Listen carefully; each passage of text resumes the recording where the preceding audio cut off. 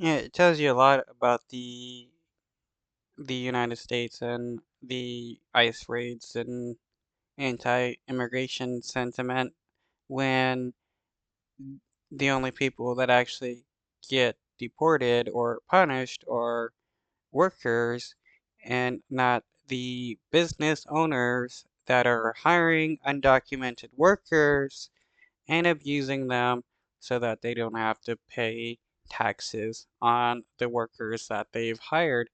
Why are the business owners never arrested for their crimes of hiring undocumented workers? That is a question that should always be asked. Anytime ICE raids a business, it's only the poor, undocumented workers doing work for the business getting arrested, but it's never the business owners getting fined or punished or arrested for their crimes of hiring undocumented workers. Administration is reversing course after initially suggesting a pause on ICE raids at farms, hotels, and restaurants. The Department of Homeland Security now says enforcement operations at those locations can continue. Small business owners spoke to NBC News about how that's impacting their workers and their bottom lines. As protesters call for an end to deportations and raids, many business owners fear the emotional and fiscal fallout is just beginning. I know of one landscaper that lost 9 or 10 of the whole crew he had, and he's just totally out of business all of a sudden. President Trump suggested last week that immigration raids would shift away from workplaces like farms, hotels, and restaurants. They're not citizens, but they've turned out to be, great.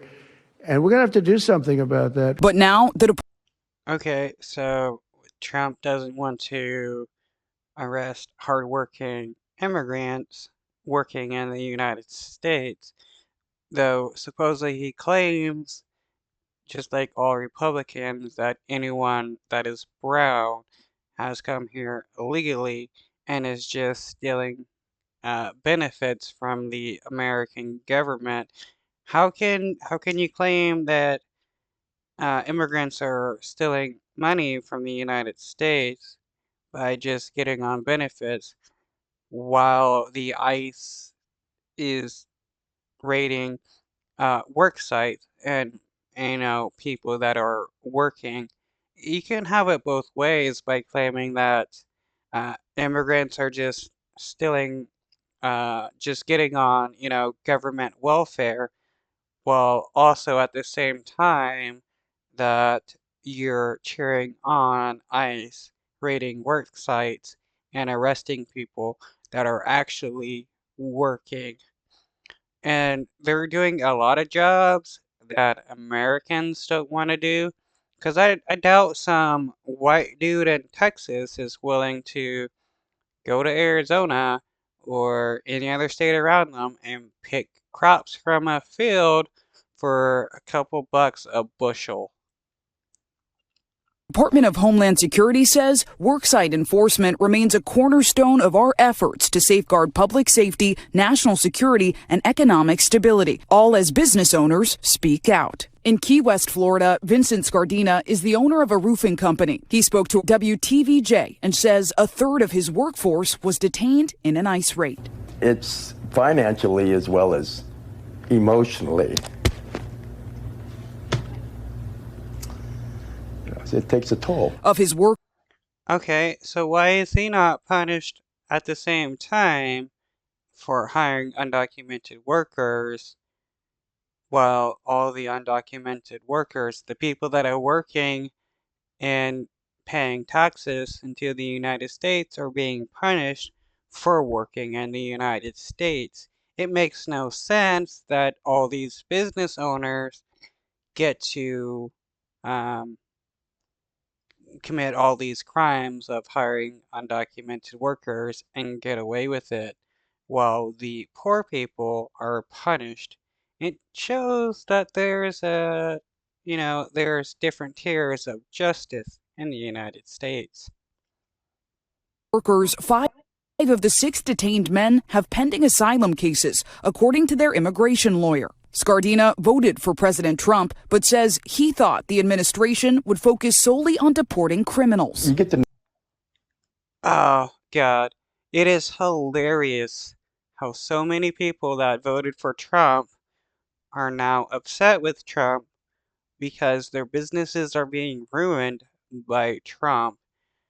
What did they expect to happen when Trump was saying they're going to deport as many people as possible, that they're going to be one of the special ones, and that they're the people that they've hired aren't going to be affected? The thing is, they're only upset because, like it said in the beginning, their bottom line is affected. If their bottom line was not affected, if they weren't unable to profit off of the exploitation of these workers, they wouldn't be saying anything whatsoever. Don't vote for a fascist if you don't want a fascist to affect you. That's all, one can say.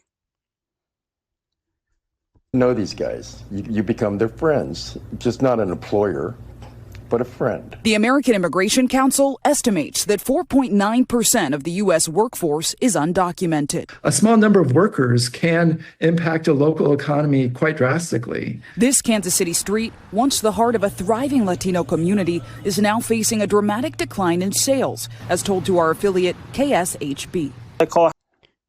Yeah, undocumented workers provide a large amount of tax revenue to the United States, besides, doing a whole lot of jobs that Americans don't want to do. It's like the time where Arizona decided to get really strict on immigration, and then people didn't want to go to Arizona to do some harvesting, and then their crops were rotting in the field, so they tried to lease, quote unquote, lease prisoners to do the harvesting, and that didn't work out. And then they tried to hire white people to do the harvesting, and they didn't want to do that because a lot of white people in America thought that thought that was beneath them. So then Arizona reversed their stance on immigration, and also with Florida. They're suffering from a lack of construction workers uh, building in Florida because the immigrants don't want to face problems dealing with how racist Florida is. You cannot you cannot expect immigrants to want to work for your state or your nation while at the same time deporting all these people and being racist towards them. It goes to show how much uh, immigrants contribute to the United States. Ahead of time to see if there is any immigration nearby or anything. And in Chicago's Little Village, Recently, we have seen fewer clients, fewer people have been coming. WMAQ visited the hub. We had an incident that somebody posted a TikTok from Atotonico, and as soon as they put that up, people diminished. In Boston, residents sharing similar sentiments with WBTS that fewer people are leaving their homes. If these events are being used to fit our herd, so to speak, there's a problem. Closer to the heart of the protests, in California, the fear is palpable, as one worker told KNTV. There's definitely been a decline in sales. The chilling effect, particularly detrimental to service industries. When we look at agriculture, we know that 15.1% of the workers, the construction industry, we know that 14.1% of workers are undocumented. And the guidance at the federal. And again, why are the business owners not being punished if we're going to be punishing undocumented workers for working in the United States? you should be also punishing the business owners, but the business owners are never punished for hiring undocumented workers and trying to avoid paying taxes and stuff because they know that if they pay under the table, they can avoid paying taxes and other benefits to the said workers. And again, these workers are also paying into the United States funds, so undocumented workers are paying more taxes than a lot of these mega corporations that exist. Federal level continues to expand. I'm having clients that do that work still being picked up even today. If we had perfect enforcement of federal immigration rules, we'd starve in this country. Local businesses and many of those